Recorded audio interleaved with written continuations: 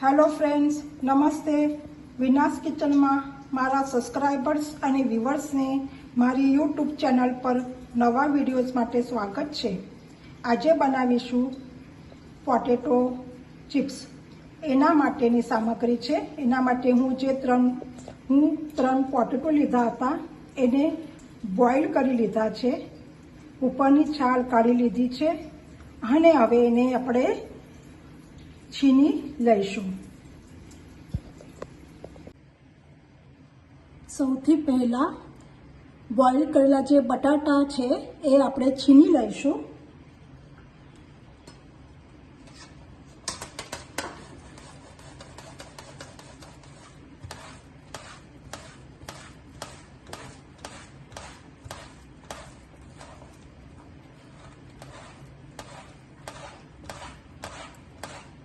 તમે આ રેસીપી ચોક્કસ કરજો,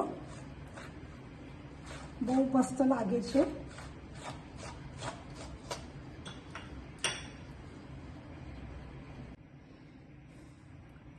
હવે આપણે એક મિક્સિંગ બાઉલ લઈશું.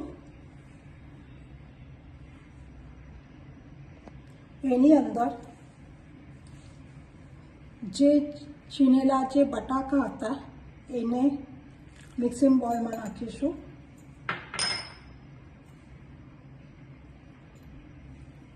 કોર્નફ્લાવર,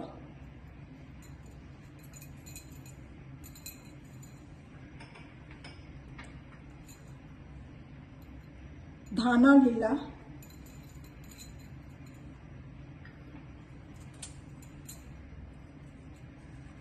સ્વાદ અનુસાર મીઠું,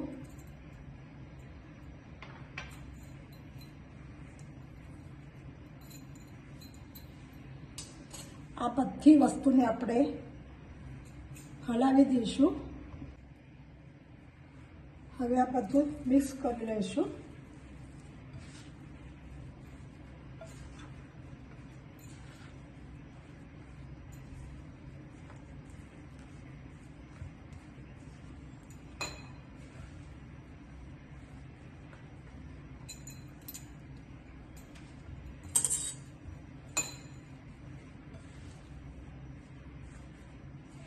હવે એની અંદર જે આ ચીઝ છે એના અંદર એ પણ છીની લઈશું. પછી આનો એક ડો બનાવીશું. આના અંદર આપણે આ છીની લઈશું.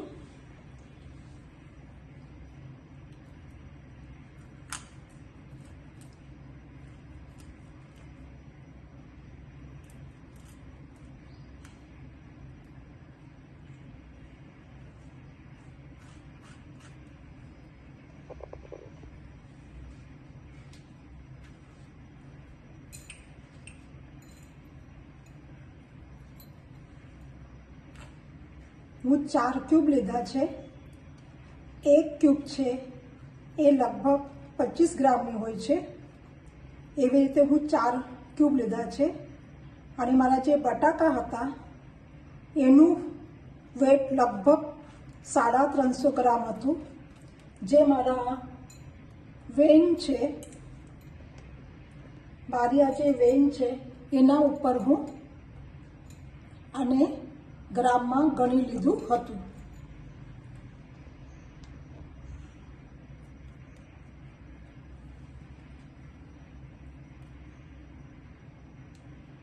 આવી રીતે બધા જ હું એને છીની લઉં છું. તમે જોઈ શકો છો. આ રેસીપી ચા સાથે, ટી ટાઈમ માટે બહુ સરસ લાગશે. હવે એને ફરી એક વખત આપણે મિક્સિંગ કરી લઈશું.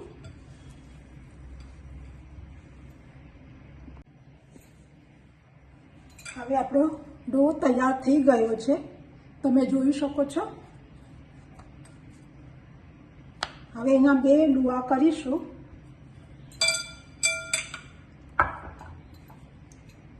અને જાડી એવી રોટલી વણી લઈશું અને પછી એના ચોરસ કટકા કરીશું. તમે જોઈ શકો છો આવી રીતે.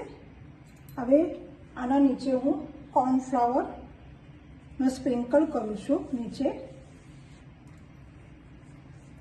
અને હું હવે આને વણી લઉં છું. જાડી જ વણવાની છે.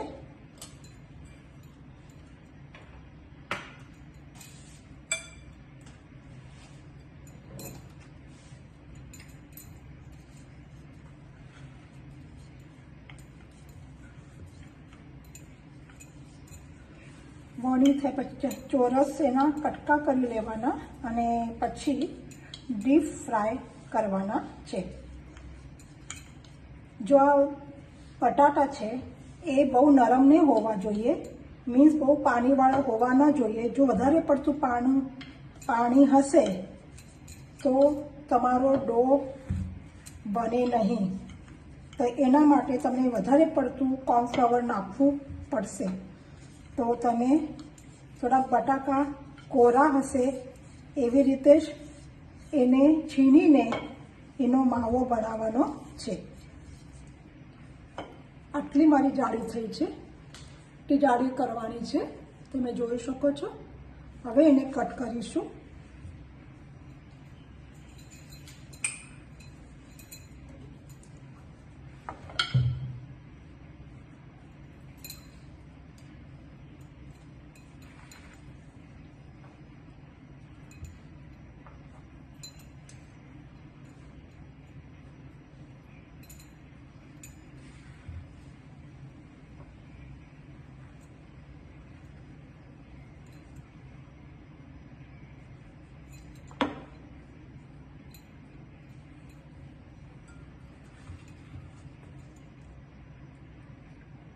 બટાકા જે છે એ પાણીવાળા હોવા ના જોઈએ. હું ફરી કહું છું, કારણ કે જો પાણીવાળા રહેશે તો તમારો ડો વ્યવસ્થિત બને નહીં. એટલે બટાકા જેટલા કોરા હશે એટલા વધારે સારા છે. હવે આપણે આને ચિપ્સ કરી લેવાના છે અને પછી ડીપ ફ્રાયમાં આપણે એને તળી લઈશું.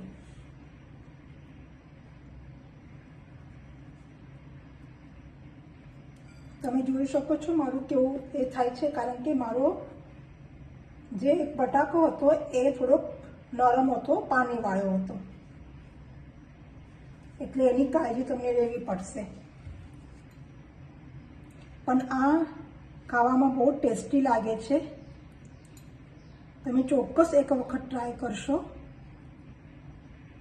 જો તમને આ રેસીપી ગમે તો તમે લાઈક, શેર, સબસ્ક્રાઈબ અને બેલ આઇકોનને દબાવો, જેથી નવા નવા વિડીયો તમારા સુધી પહોંચશે.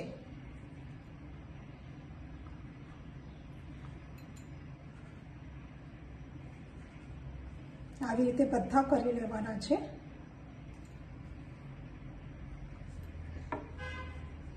તમે જોઈ શકો છો આવી રીતે ચોરસ થશે અને એ આપણે હવે ડીપ ફ્રાય કરી લઈશું.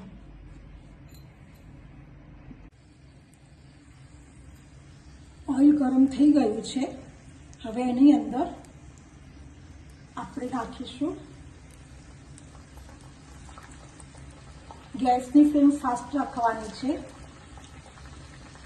કારણ કે એના અંદર ચીઝ હોવાથી તરત એ અંદર મેલ્ટ થાય ને એના માટે.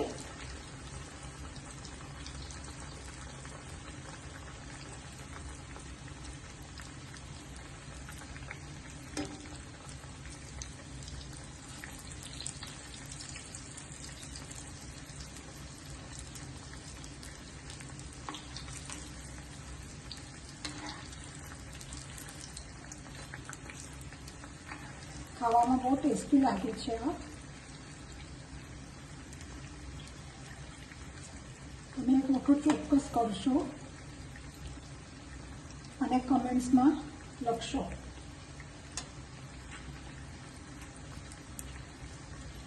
તમે જોઈ શકો છો મારી આ થઈ ગઈ છે. હવે ગેસની ફ્લેમ થોડી સ્લો કરું છું, જેથી કાઢવા માટે મને ઇઝી જાય.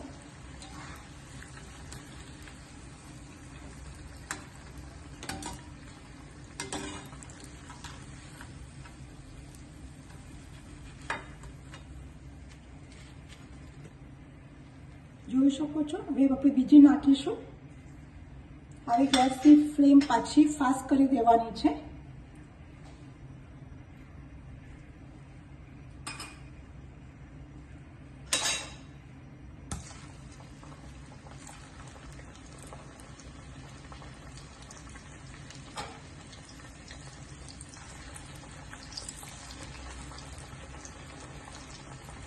ગેસની ફ્લેમ હું સ્લો કરું છું. હવે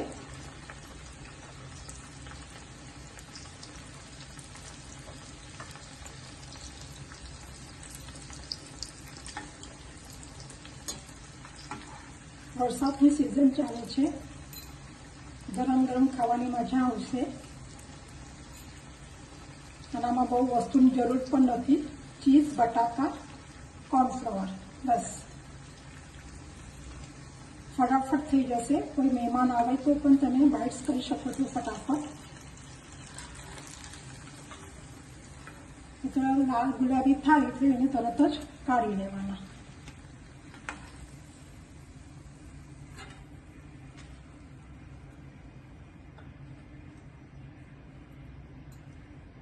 આવી રીતે બધી જ આપણે કરી લેવાની છે.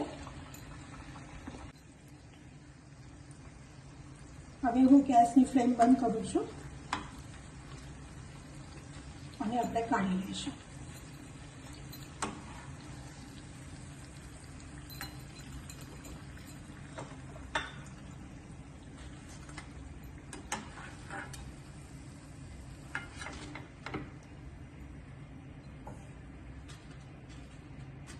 તમે જોઈ શકો છો બટાકાના ચિપ્સ જેવા થઈ ગયા છે.